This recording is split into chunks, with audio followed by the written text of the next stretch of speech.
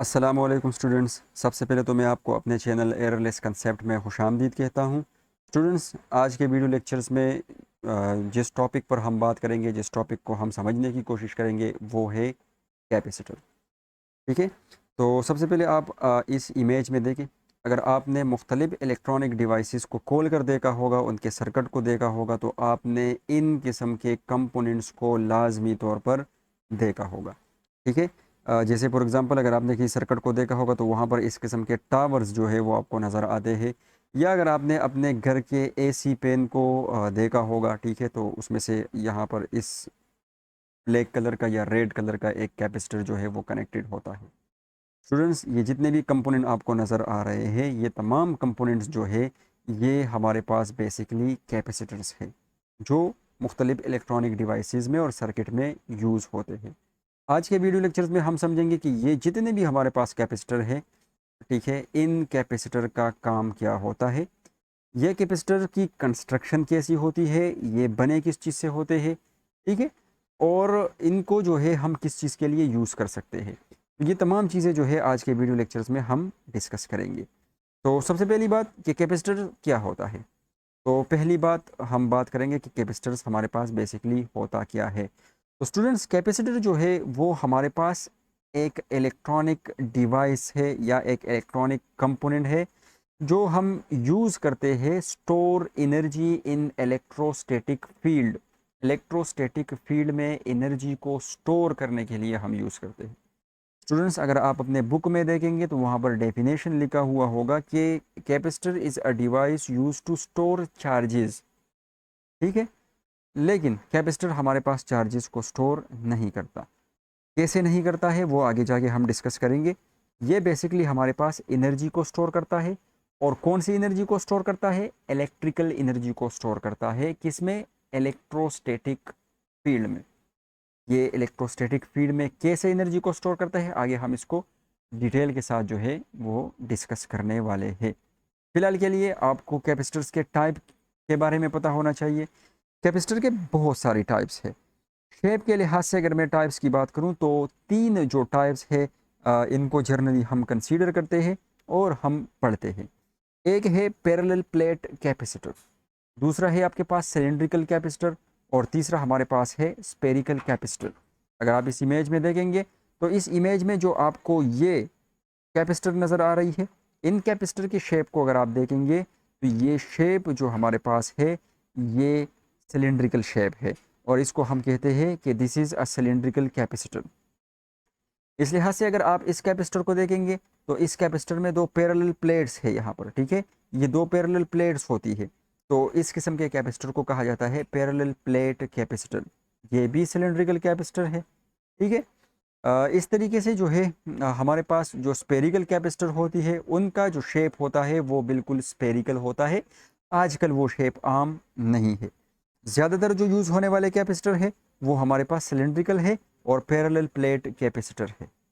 ठीक है।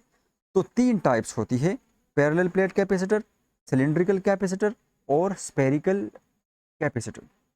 ठीक है। तो ये तो तीन टाइप्स आपके कोर्स में जो कैपेसिटर शामिल है सेकेंड ईयर के कोर्स में, जिसको डिटेल में डिस्कस किया गया है, वो है सिर्फ और सिर्फ पैरेलल प्लेट कैपेसिटर। चलिए समझते हैं कि पैरेलल प्लेट कैपेसिटर क्या होता है। सबसे पहले हम इसकी कंस्ट्रक्शन को समझेंगे कि पैरेलल प्लेट कैपेसिटर की कंस्ट्रक्शन कैसी होती है और ये अंदर से किस तरीके से बना हुआ होता है। चलिए स्टार्ट ले लेते हैं पैरेलल प्लेट कैपेसिटर की और इसकी कंस्ट्रक्शन को ज़रा देख लेते हैं। देखिए, पैरेलल प्लेट कैपेसिटर फिज़िक्स में हर चीज़ का नाम जो होता है, अगर किसी टॉपिक को नाम दिया गया है, किसी डिवाइस को नाम दिया गया है, तो उस नाम के पीछे ठीक ठाक रीज़न होता है। अब इसका नाम है पैरेलल प्लेट कैपेसिटर, तो इसका मतलब है कि इस नाम का बड़ा किरदार होगा। देखिए, इस नाम पे अगर आप गौर करेंगे तो पैरेलल प्लेट कैपेसिटर मतलब ये वो कैपेसिटर होगा जिस कैपेसिटर में आपके पास क्या होगी? पैरेलल प्लेट्स होंगे। ठीक है।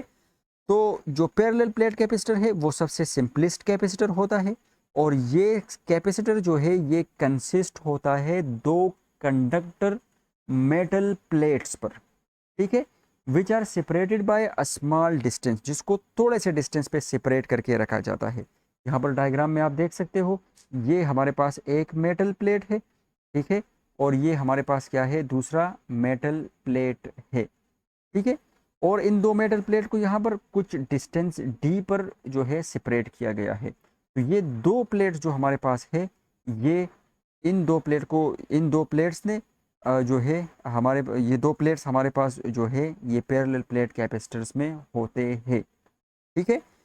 देयर में बी वैक्यूम और some dielectric between the plates of a capacitor. ये जो कैपेसिटर्स के प्लेट्स है, इन दो प्लेट्स के बीच में यहाँ पर हमारे पास मीडियम हो सकता है, या फिर यहाँ पर इसके बीच में हमारे पास एयर हो सकती है एज अ मीडियम, या फिर ये प्री स्पेस हो सकता है, या फिर इसके बीच में कोई डाई इलेक्ट्रिक मटीरियल हो सकता है, ठीक है। डाई इलेक्ट्रिक मटीरियल क्या होता है आगे जाके हम इसको देखेंगे। बहरहाल अब तक के लिए आप ये समझे, यहाँ पर या एयर भी हो सकता है, वैक्यूम भी हो सकता है, फ्री स्पेस भी हो सकता है, या फिर कोई डाई इलेक्ट्रिक मटीरियल हो सकता है। डाई इलेक्ट्रिक मटीरियल हमारे पास इंसुलेटिंग मटीरियल होता है, जिससे करंट पास नहीं होता है, ठीक है। तो अब कैपेसिटर जो है वो ये तो इसकी हुई कंस्ट्रक्शन, इसकी कंस्ट्रक्शन कुछ यूँ होती है कि ये पैक होता है, इस तरीके से ये पैक होता है, ठीक है। और इन टर्मिनल से, इन प्लेट से बाहर टर्मिनल यूँ बाहर की तरफ निकली हुई होती है, ठीक है, और ये पैक होता है। बहरहाल ये इंटरनल स्ट्रक्चर जो है मैंने यहाँ पर ड्रॉ किया है। अब कैपेसिटर काम कैसे करता है, तो ज़रा इसको देखें। शुरू में जब बैटरी हमारे पास यहाँ पर डिसकनेक्ट होती है, ठीक है, बैटरी जब यहाँ पर हमारे पास डिसकनेक्ट होती है, वो कनेक्टेड नहीं होती है। स्विच जब हमारे पास ओपन होता है, ये लेट्स सपोज ए स्विच है, ठीक है, और ये प्लेट्स जो हमारे पास होते हैं कैपेसिटर के, इन प्लेट्स पर कोई भी चार्जेस नहीं होती यहाँ पर, ठीक है, यहाँ पर कोई भी चार्जेस नहीं होती है, ये न्यूट्रल होती है। अब होता क्या है स्टूडेंट्स, जब हम इन प्लेट्स को, दोनों प्लेट्स को किसी बैटरी के साथ कनेक्ट कर लेते हैं, यहाँ पर ये हमारे पास एक बैटरी है, ठीक है, ये इस बैटरी का पॉजिटिव टर्मिनल है, ठीक है, और ये इस बैटरी का नेगेटिव टर्मिनल है, और ये इन प्लेट के साथ कनेक्टेड है। लेकिन अभी स्विच जो है वो ओपन है, ठीक है, स्विच अभी क्लोज नहीं है। तो शुरू में अगर आप देखेंगे कि ये जो हमारे पास मेटल प्लेट होंगे ये न्यूट्रल होंगे, इस मेटल प्लेट पर कोई चार्जेस नहीं होगी। अब स्टूडेंट्स, बैटरी का जो ये पॉजिटिव टर्मिनल है, इस पॉजिटिव टर्मिनल का मतलब क्या है, तो इस पॉजिटिव टर्मिनल का मतलब ये है कि यहाँ पर बैटरी का जो ये टर्मिनल है, यहाँ पर इलेक्ट्रॉन की हमारे पास कमी है, ठीक है, इलेक्ट्रॉन की बहुत ज़्यादा कमी है, इलेक्ट्रॉन की एब्सेंस की वजह से यहाँ पर पॉजिटिव चार्ज आया है। और इस नेगेटिव टर्मिनल का मतलब हमारे पास ये है कि यहाँ पर इलेक्ट्रॉन बहुत ज़्यादा है, इलेक्ट्रॉन की डेंसिटी बहुत ज़्यादा है, इस टर्मिनल में इलेक्ट्रॉन बहुत मिकदार में है, ठीक है। जब हम बैटरी को चार्ज करते हैं तो बैटरी को किस तरीके से चार्ज करते हैं, चार्जर जो होता है, बैटरी का चार्जर जो होता है, उसका काम ये होता है कि वो बैटरी के पॉजिटिव टर्मिनल से इलेक्ट्रॉन को निकालता है और बैटरी के नेगेटिव टर्मिनल में इलेक्ट्रॉन को ऐड कराता जाता है। तो इस तरीके से बैटरी के दोनों टर्मिनल में पोटेंशियल डिफरेंस क्रिएट होता है। एक टर्मिनल में इलेक्ट्रॉन की बहुत ज़्यादा कमी होती है और दूसरे टर्मिनल में इलेक्ट्रॉन की बहुत ज़्यादा ज्यादती होती है, एक्सिस होता है इलेक्ट्रॉन का। अब अगर इसी बैटरी को हम इन दो न्यूट्रल प्लेट के साथ कनेक्ट करेंगे तो क्या होगा, शुरू में इन दो न्यूट्रल प्लेट पर कोई भी चार्ज नहीं होगा, लेकिन जैसे हम इस स्विच को क्लोज करेंगे, यहाँ पर जैसे ही हम इसको क्लोज करेंगे, चलिए मैं इसको क्लोज कर देता हूँ, फिर क्या होगा, मैंने इस स्विच को यहाँ से क्लोज कर दिया, ठीक है। तो जब ये स्विच यहाँ से मैं क्लोज करूँगा तो अब बैटरी के इस टर्मिनल के पास बहुत सारे इलेक्ट्रॉन है और इस टर्मिनल को बहुत सारे इलेक्ट्रॉन चाहिए, ठीक है। तो जब पॉजिटिव टर्मिनल इस प्लेट के साथ कनेक्ट होगा तो आपको पता है कि स्टूडेंट ये मेटेलिक प्लेट है और इस मेटेलिक में बहुत सारे प्री इलेक्ट्रॉन्स होंगे। तो ये टर्मिनल क्या करेगा, इसको इलेक्ट्रॉन चाहिए, तो ये इस वायर के जरिए इस प्लेट से इलेक्ट्रॉन को ले लेगा, ठीक है, इस इलेक्ट्रॉन को ले लेगा, इलेक्ट्रॉन को लेने की कोशिश करेगा, ठीक है। और ये टर्मिनल, यहाँ पर इलेक्ट्रॉन बहुत ज़्यादा है और ये इस प्लेट के साथ कनेक्टेड है, तो ये टर्मिनल क्या करेगा, ये टर्मिनल ये टर्मिनल, बैटरी का जो ये टर्मिनल है, ये इस प्लेट को इलेक्ट्रॉन प्रोवाइड करेगा। इतनी कोशिश होगी कि ज़्यादा से ज़्यादा इलेक्ट्रॉन इस टर्मिनल को प्रोवाइड किए जाए। स्टूडेंट्स, तो कहने का मतलब ये है कि इस बैटरी से जो चार्जेस है, चार्जेस की फ़्लो स्टार्ट हो जाएगी। ठीक है, इस टर्मिनल से नेगेटिव चार्ज फ्लो करेंगे और इस टर्मिनल से हमारे पास पॉजिटिव चार्ज फ्लो करेंगे। जाहिर सी बात है कि जब इस प्लेट से इलेक्ट्रॉन निकलेंगे, इस प्लेट से जब ये टर्मिनल इलेक्ट्रॉन लेंगे, तो यहाँ पर पॉजिटिव चार्ज जो है वो अपेयर होना स्टार्ट हो जाएंगे। और जब ये प्लेट यहाँ पर इलेक्ट्रॉन देंगे तो यहाँ पर नेगेटिव चार्ज जो है वो अपेयर होना स्टार्ट हो जाएंगे। ठीक है, अब ये चार्जेस कब तक जो है यहाँ पर अपेयर होगी? जब तक ये जो टर्मिनल है हमारे पास बैटरी का, पॉजिटिव टर्मिनल है, इसका पोटेंशियल और इस प्लेट का पोटेंशियल जो है वो बराबर नहीं होता। ठीक इसी तरीके से ये चार्जेस फ्लो करेंगे, इलेक्ट्रॉन इनको देते जाएंगे जब तक इस टर्मिनल का पोटेंशियल और इस प्लेट का पोटेंशियल बराबर नहीं होता। ऐसा रिजल्ट यहाँ पर इस प्लेट पर पॉजिटिव चार्जेस जो है वो हमारे पास अपेयर हो जाएंगे। This is a positive charge और ये प्लेट हमारे पास हो जाएगा नेगेटिव प्लेट हो जाएगा। स्टूडेंट, जब इस टर्मिनल का, पॉजिटिव टर्मिनल का पोटेंशियल डिफरेंस और इस प्लेट का पोटेंशियल डिफरेंस, इस नेगेटिव टर्मिनल का पोटेंशियल डिफरेंस और इस प्लेट का पोटेंशियल डिफरेंस बराबर हो जाएंगे, तो इसके बाद और करंट जो है इस वायर के ज़रिए, या मैं कह सकता हूँ और चार्जेस का फ्लो इन वायर के ज़रिए नहीं होगा। यहाँ पर जो है कैपेसिटर हमारे पास फुली चार्ज हो जाएगा। ठीक है, तो इसी बातों को हमने यहाँ पर कुछ यूं लिख सकते हैं कि व्हेन, इसको मैं थोड़ा सा बड़ा कर दूं, कि when the plates of a capacitor are connected with a terminal of battery of EMF V। ठीक है, अगर हम प्लेट्स जो है कैपेसिटर के उनको कनेक्ट करें किसके साथ? एक बैटरी के साथ, और उस बैटरी का पोटेंशियल क्या हो? वो V हो, वोल्टेज उसका क्या हो? V हो, EMF उसका V हो, मतलब इसका कुछ ना कुछ वोल्टेज होगा। ठीक है, then the charge is appear on parallel plate capacitor. तो ये जो पैरेलल प्लेट्स आपके पास है इन पर क्या हो जाएगा? चार्ज अपेयर हो जाएगा। अब स्टूडेंट्स, ये चार्ज जो इस पर अपेयर होगा, तो ये चार्ज जो होगा, this charge store is directly proportion, ये जो चार्ज स्टोर होगा ये डायरेक्टली प्रोपोर्शन होगा potential difference applied between plates. इस प्लेट्स को जिस बैटरी के साथ कनेक्ट किया गया है, इस बैटरी का जो पोटेंशियल डिफरेंस होगा, ठीक है, तो इन पर स्टोर होने वाला चार्ज जो होगा, वो स्टोर होने वाला चार्ज जो होगा वो डायरेक्टली प्रोपोर्शन होगा इस बैटरी के वोल्टेज के। या मैं कह सकता हूं कि इन दो पैरेलल प्लेट्स के बीच में जो हमने पोटेंशियल डिफरेंस या पोटेंशियल वोल्टेज अप्लाई किया है बैटरी के जरिए, तो ये इनके डायरेक्टली प्रोपोर्शन होगा। स्टूडेंट्स, यहाँ पर चार्ज से, चार्ज स्टोर से मुझे एक बात याद आई।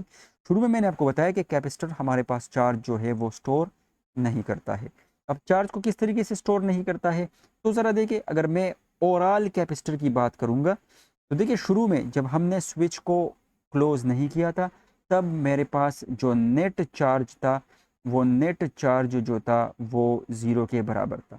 लेकिन जैसे मैंने स्विच क्लोज किया तो फिर इस पर पॉजिटिव चार्ज आया और इस पर नेगेटिव चार्ज आया।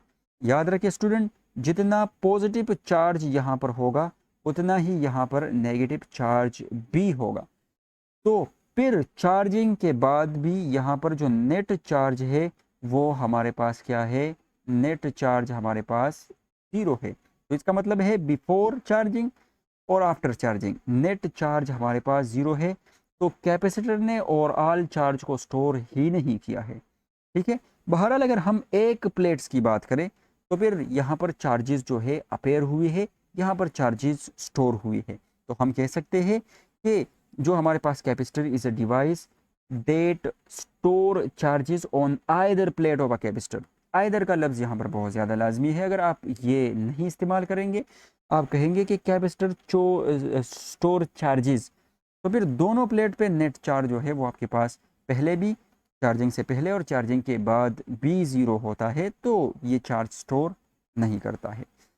ठीक है, तो ये जो चार्ज यहाँ पर एक प्लेट पर स्टोर होगा, ये चार्ज जो है डायरेक्टली प्रोपोर्शन होगा इस बैटरी के वोल्टेज के, इस बैटरी का जितना वोल्टेज होगा। तो स्टूडेंट्स, मैंने यहाँ पर इसको लिखा है कि ये जो चार्ज है, जो चार्ज स्टोर हुआ है इन कैपेसिटर के प्लेट पर, याद रखें कि जितना चार्ज यहाँ पर स्टोर होगा इतना चार्ज यहाँ पर भी स्टोर होगा, ठीक है।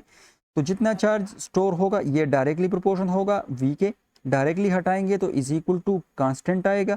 कांस्टेंट यहाँ पर जो हमारे पास है वो कांस्टेंट हमारे पास है c, ठीक है। ये c हमारे पास यहाँ पर क्या है, so this is the constant of proportionality, ये कांस्टेंट ऑफ प्रोपोर्शनलिटी है और इस कांस्टेंट ऑफ प्रोपोर्शनलिटी को हम कहते हैं capacitance of a capacitor. Student, capacitance of a capacitor क्या होता है, जरा इसको समझिए। देखिए स्टूडेंट्स, हमारे मेरे पास एक गिलास है, ठीक है। अब इस गिलास में, इस गिलास की कुछ कैपेसिटी है, ठीक है। इसमें जितना पानी आएगा उससे ज़्यादा पानी इससे नहीं आ सकता है, चाहे मैं छोटे बर्तन से इस गिलास में पानी डालूं या बड़े बर्तन से इस गिलास में पानी डालूं। इस गिलास में जितने पानी ने आना है उतना ही पानी यहाँ पर आएगा। इस गिलास के कैपेसिटी से ज़्यादा पानी इसमें नहीं आएगा, ठीक है। ठीक इसी तरीके से यहाँ पर ये जो मेरे पास प्लेट है, इस प्लेट की अपनी कुछ कैपेसिटी होती है चार्ज स्टोर करने की। इसके पास जितना जगह होगा चार्ज स्टोर करने के लिए ये उतने ही चार्ज को स्टोर करेगा, उससे ज़्यादा चार्ज को ये स्टोर नहीं कर पाएगा। इस तरीके से ये जो प्लेट होगा तो ये भी इसकी अपनी कैपेसिटी होगी और उस कैपेसिटी से ज़्यादा चार्ज स्टोर नहीं करेगा, चाहे मैं जितना ही ईएमएफ यहाँ से बढ़ाऊँ या कम करूँ, ठीक है। चार्ज यहाँ पर इतना ही स्टोर होने वाला है जितना इसकी कैपेसिटी है, जितना इसमें जगह है चार्ज स्टोर होने की, ठीक है। तो अब यहाँ पर ये जो C है, C हमारे पास कांस्टेंट ऑफ प्रोपोर्शनलिटी है, ठीक है। और इसको हम क्या कहते हैं, capacitance of a capacitor. Capacitance of a capacitor क्या होगा, तो capacitance of a capacitor is ability to store electric charges. Capacitance of a capacitor जो है ये कैपेसिटर की क्या होती है, कैपेसिटर की एबिलिटी होती है जो चार्जेस को स्टोर करता है, उनकी एबिलिटी कि वो कितने चार्जेस को स्टोर कर सकता है, दिस इज द कैपेसिटेंस। तो स्टूडेंट्स, इस फार्मूले से मैं इस कैपेसिटेंस का फार्मूला निकाल सकता हूँ इस इक्वेशन से। तो C को अपनी जगह पर छोड़े, V को वहाँ पर शिफ्ट करे, तो यहाँ पर ये C is equal to Q divided by V हो जाएगा। याद रखें स्टूडेंट्स, ये C is equal to Q, V जो है ये हमारे पास जर्नल फार्मूला है कैपेसिटेंस का, बड़ा इंपॉर्टेंट फार्मूला है, इसको हम बार बार आगे यूज़ करेंगे। C is equal to charge divided by voltage. इससे हम किसी भी कैपेसिटर की कैपेसिटेंस को मालूम कर सकते हैं कि कैपेसिटर पे कितना चार्ज स्टोर हुआ और कितना वोल्टेज हमने अप्लाई किया था। इनको डिवाइड करेंगे तो कैपेसिटर की कैपेसिटेंस आ जाएगी। स्टूडेंट्स, इसका यूनिट, अगर मैं कैपेसिटेंस की यूनिट पर बात करूंगा तो कैपेसिटेंस का जो यूनिट होता है वो इस इक्वेशन से मैं ले सकता हूँ। चार्ज का यूनिट कूलम और वोल्टेज का जो आपके पास यूनिट है, जो आपके पास पोटेंशियल डिफरेंस का यूनिट है, वो हमारे पास है वोल्ट। स्टूडेंट्स, इस कूलम पर वोल्ट को कंबाइनली कहा जाता है फेराड, ठीक है। तो जब भी आप फेराड लफ्ज़ सुनो तो आपके जहन में फौरन आना चाहिए कि इसका मतलब है कूलम पर वोल्ट। ये फेराड जो है ये इस कैपेसिटेंस का SI यूनिट है, ठीक है। एक अब सवाल ये पैदा होता है कि एक फेराड हमारे पास आखिर कितना होगा। तो चले एक फेराड की बात करते हैं कि एक फेराड कितना होगा।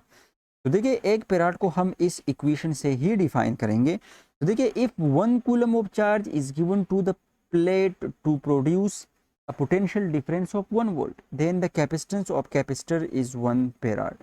अगर हमारे पास ये दो प्लेट्स हैं कैपेसिटर के, अगर इन दो, ये दो जो प्लेट है कैपेसिटर के, इनके बीच में अगर हम 1 वोल्ट पोटेंशियल डिफरेंस अप्लाई करें और इस 1 वोल्ट पोटेंशियल डिफरेंस अप्लाई करने की वजह से यहाँ पर एक कूलम चार्ज जो है वो स्टोर हो, तो हम कहेंगे कि इस कैपेसिटर की जो कैपेसिटेंस है वो 1 फेराड है, ठीक है। दोबारा सुने, अगर यहाँ पर पोटेंशियल डिफरेंस 1 वोल्ट हो और इस 1 वोल्ट पोटेंशियल डिफरेंस की वजह से इस कैपेसिटर के प्लेट्स में एक कूलम का चार्ज स्टोर हो, तो हम कहेंगे कि इस कैपेसिटर का जो कैपेसिटेंस है वो 1 फेराड है। स्टूडेंट्स, अगर आपने बाज़ार से कैपेसिटर खरीदे होंगे तो वहाँ पर माइक्रो फेराड के फॉर्म में लिखा हुआ होता है, रेड कलर का अक्सर होता है कैपेसिटर, ठीक है, और 3.2 माइक्रोफेराड जो है वहाँ पर लिखा होता है। तो ये माइक्रोफेराड,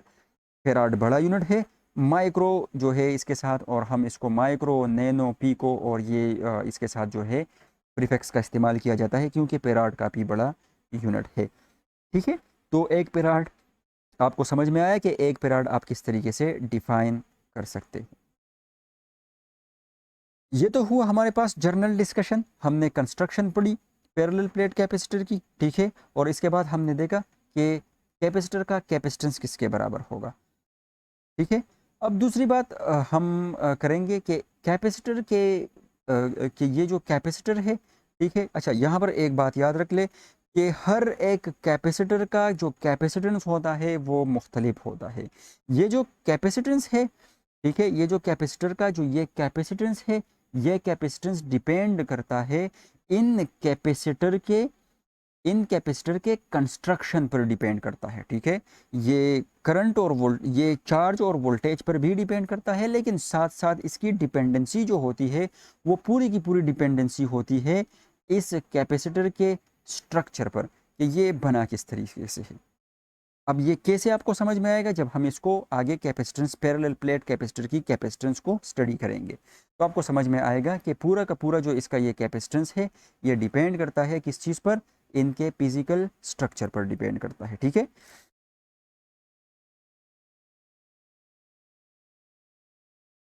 सही। तो मैं ये कहना चाह रहा था कि ये जो कैपेसिटेंस है हमारे पास, ये हर कैपेसिटर का के लिए इसका फार्मूला अलग अलग होगा। अगर आप पैरेलल प्लेट कैपेसिटर की बात करेंगे तो इसके लिए कैपेसिटेंस अलग होगा।